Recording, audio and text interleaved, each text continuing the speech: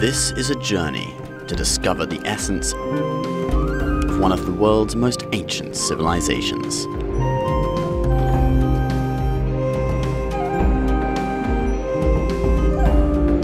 Discovering China. Hi, I'm Alina Wang and welcome to Discovering China, your guide to the 5,000 years of Chinese civilization. Coming up this week, traditional Chinese medicine in Australia. The government now recognizes the practice. The story of Damo, one of the major figures in Chinese Buddhism. And one chef who is reviving traditional Cantonese cuisine. In March this year, Australia became the first Western country to nationally recognize traditional Chinese medicine. Margaret Trey now takes a look at the Australian scene, in which traditional Chinese medicine practitioners join the National Registration Board to receive national accreditation, alongside other mainstream health professionals. Traditional Chinese medicine is one of the oldest medical systems in the world. It has its roots in the ancient Taoist philosophy, dating back to more than 5,000 years. It includes a variety of techniques, such as acupuncture, herb treatment, moxibustion, massage or Tui Na in Chinese, and also Tai Chi and Qigong. In the United States, traditional Chinese medicine is considered part of complementary and alternative medicine. In China, traditional Chinese medicine is often practiced alongside Western medicine in many hospitals and clinics. But it doesn't share the same status in other parts of the world. Yet now, Australia has become the first Western country to officially recognize traditional Chinese medicine. We really feel proud that Australia became the first Western country have a national registration and accreditation system for Chinese medicine. So we are entering into a new phase of Chinese medicine practice. Starting July 1st this year, Australian traditional Chinese medicine practitioners have to obtain accreditation and register with the National Registration Board, meeting their standards of practice. The Australian Acupuncture and Chinese Medicine Association Chief Executive Officer, Judy James, expresses delight with the National Registration Plan. We have been working towards this for over 20 years. And how it works in Australia is that it's not just the federal government. The federal government coordinated the process, but it's each state government and territory government within Australia came together in relation to registration of health professionals. So there's one single system in Australia rather than a different one in each of the 8 states and territories. James says the underlying purpose is protection of the public. Probably the greatest benefit is for the public, so that they can identify who's qualified, who's registered, and also so that there's a mechanism for handling complaints against registered practitioners. And so that if someone is behaving inappropriately or has competency issues, they can be addressed through the national registration system. But some Chinese-speaking immigrant practitioners find the professional qualification standards and the English proficiency requirements too stringent. Those already competent in English believe it's a positive step forward. Richard Lee, a graduate from the Shanghai University of Traditional Chinese Medicine, says the registration will improve the status of traditional Chinese medicine.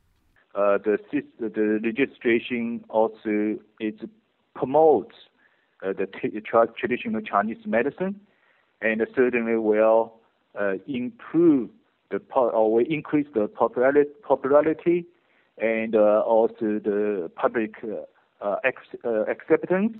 James says one of the biggest strengths traditional Chinese medicine brings to the public is its adaptability.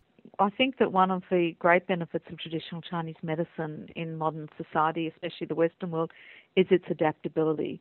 And that's actually the great strength of Chinese medicine. It has lasted for thousands of years because it's adapted to the contemporary situation without losing its core values and its core theoretical framework.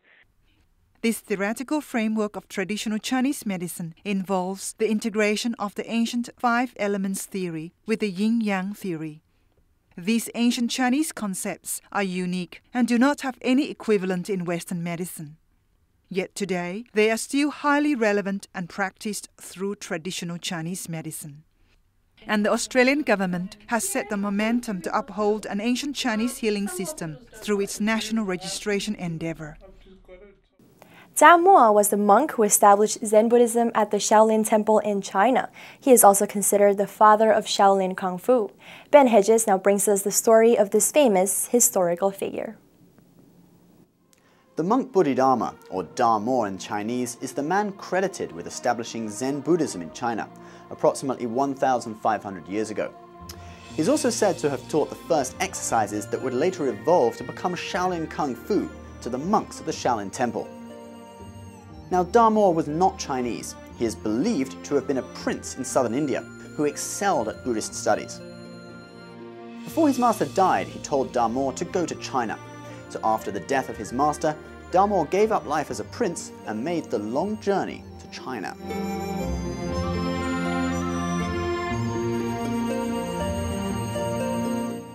Upon arriving in China, he visited Emperor Wu, who ruled over southern China at the time. Now, Emperor Wu had erected many Buddhist statues and supported Buddhist temples. The emperor asked Damo if his actions were good. Damo replied that they were not, pointing out that the emperor had done these things out of a desire to show off and accumulate blessings, rather than truly caring for his people. Emperor Wu ordered him to leave the palace. So he continued traveling and saw a monk lecturing to a group of people. This monk was named Shengguang. Bodhidharma would occasionally nod his head in agreement at Shengguang's lecture, and sometimes shake his head in disagreement. This angered Shengguang, and he took his monk's beads and threw them at Damo, knocking out some of his teeth. Damo simply smiled and turned away. Seeing this, Shengguang realized that Damo was a great master and followed him, yet Damo said nothing to Shengguang. When Damo came to a river, he is said to have stood on a single reed and glided across the surface of the water. Shengguang tried to do the same, but fell into the river. When Damo, still being followed by Shengguang, arrived at the Shaolin Temple in what is now modern-day Henan province, he went to a cave behind the temple and proceeded to meditate facing a wall for 9 years. Throughout this time, Shengguang stood guard outside the cave, occasionally asking Damo to teach him, but getting no response. When Damo finally awoke after 9 years, he moved into a room the monks had prepared for him in the temple and meditated for another 4 years. Shengguang stood guard the whole time. After awaking from this second period of meditation, he saw that the monks' bodies were weak from sitting for long periods, so he taught them a set of exercises to strengthen their bodies. These exercises were later evolved into Shaolin Kung Fu. Damo saw Shengguang's devotion and taught him Buddhism. Shengguang, adopting the name Hui Ke, would later become the abbot of the Shaolin Temple. Damo is one of the many figures in Chinese history who displayed supernormal skills and the ability to meditate for years on end. These skills were seemingly linked to their ability to show compassion and let go of the troubles of the world, especially when they were harmed by others. The monks of the Shaolin Temple followed this tradition, and their skills in martial arts reached heights beyond what is normally considered humanly possible.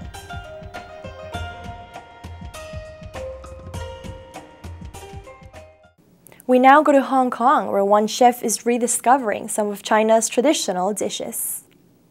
The Lung Tao Chinese restaurant in Tsim Sha Tsui is a famous Hong Kong old house restaurant, known for its traditional Cantonese cuisine. The restaurant's executive chef, Shi Hui, is renowned for rediscovering many of the famous once-lost dishes of traditional Chinese cuisine. These dishes include flavor money chicken, a famous traditional Guangdong dish, but few restaurants cook this dish today. The flavor money chicken is cooked with chicken livers and lean and fatty pork. Today most people pay more attention to health, so I cook the dish with abalone mushrooms, so people eat it with a nostalgic taste of a past time. Shi says traditional Chinese cuisine is misrepresented in the world today. He supports NTD for organizing its annual Chinese culinary competition to promote traditional Chinese cuisine. NTD hosts this culinary competition as a platform to let people all over the world know Chinese food is very elegant and creative. I think it's a very good platform for chefs too. Shi hopes more restaurants will participate in the competition. Cooking more traditional dishes is very good because people will enjoy the real taste and appreciate the chef's skill.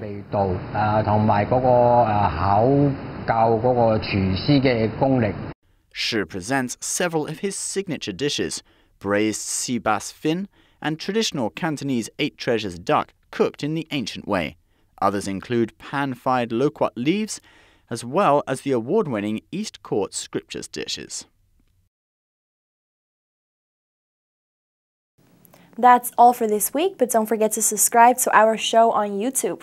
We'll be back next Friday bringing you more on Chinese medicine and traditional Chinese culture. Take care, and we'll see you next time.